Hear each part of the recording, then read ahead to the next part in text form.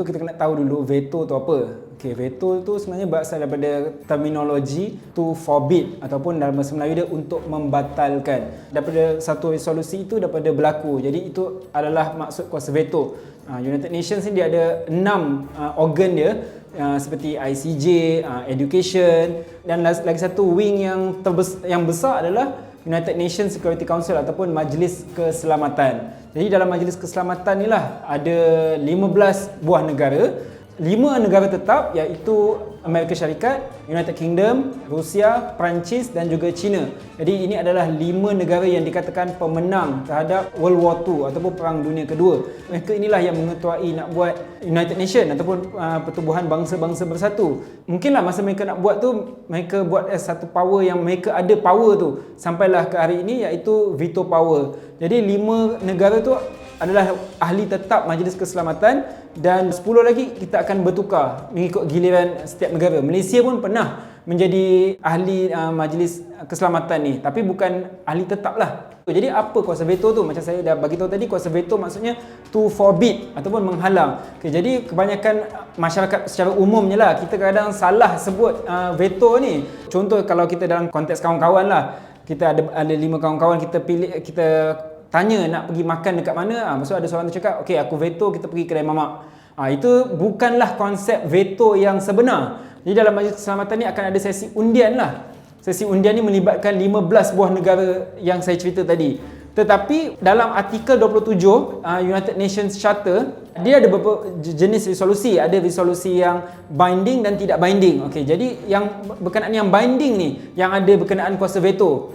Dan contohlah kita mendapat undian 14 buah negara, semua setuju. Cuma satu negara tetap, seperti contoh Rusia tak setuju ataupun Amerika Syarikat tak setuju ataupun United Kingdom tak setuju.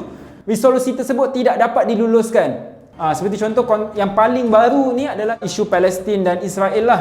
Dan kita tengok ada beberapa resolusi yang dah dilancarkan, tapi resolusi itu tak berjaya sebab Amerika Syarikat buat masa ni dah 2 kali menghalang ataupun memvetokan resolusi tersebut daripada dilaksanakan. Sedangkan kalau Amerika Syarikat bersetuju dengan undian tersebut, maka memang dia jadi satu perkara yang binding. Resolusi tersebut adalah binding kepada semua negara di bawah United Nations untuk stop Israel daripada meneruskan keganasan ataupun pembunuhan besar-besaran di Palestin.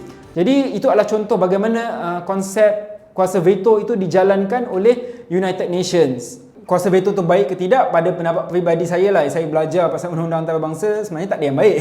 Sebab dia tak memberikan satu pentas yang adil untuk semua negara.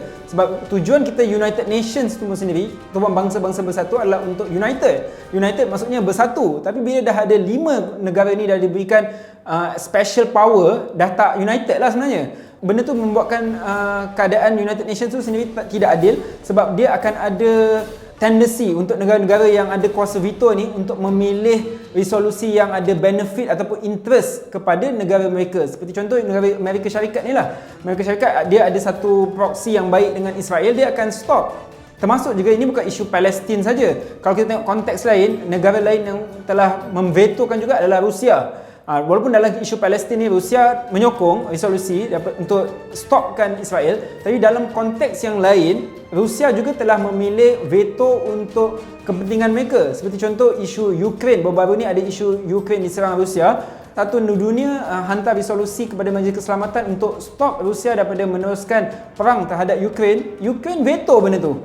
Jadi kat sini dah nampak 5 negara yang ada kuasa veto ni dalam Majlis Keselamatan, mereka akan bertindak ataupun memveto atau menghalang suatu resolusi yang akan menyekat benefit ataupun interest ataupun proxy yang dekat dengan mereka. Jadi secara nak tanya adil ke tidak kuasa veto ni, secara peribadi saya nampak tak adil lah. Sebab dia tidak fair and square kepada negara-negara lain. Sebab ada negara yang mempunyai special power daripada ahli-ahli United Nations yang lain. Okey, kuasa veto ni dia berjalan hanya dengan single veto saja dah terbatal.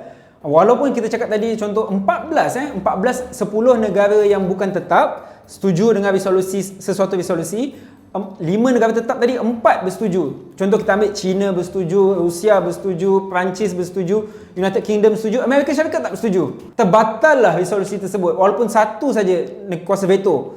Tapi nak cakap sini, adakah kuasa veto ni tak baik? Adakah kita cakap United Nations ni adalah gagal atau berfungsi ke United Nations? Dia tidak adil lah kita katakan United Nations ni tidak berfungsi langsung.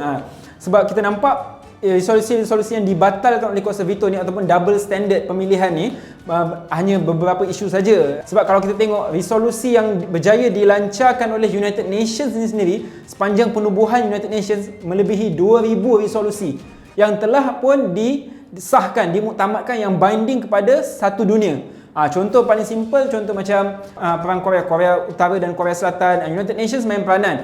Seperti contoh di Somalia yang melibatkan isu malbat kita, kita hantarkan tentera pengaman. Itu adalah salah satu daripada sumbangan daripada United Nations.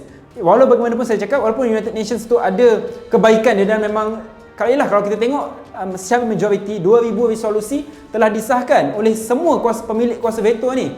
Tetapi hanya ada few yang resolusi yang ditolak sebab ada kepentingan kepada negara masing-masing. Jadi pada saya, dia tidak gagal, tetapi struktur ini tidak adil untuk mendapatkan keadilan kepada setiap negara yang bernaung di bawah United Nations.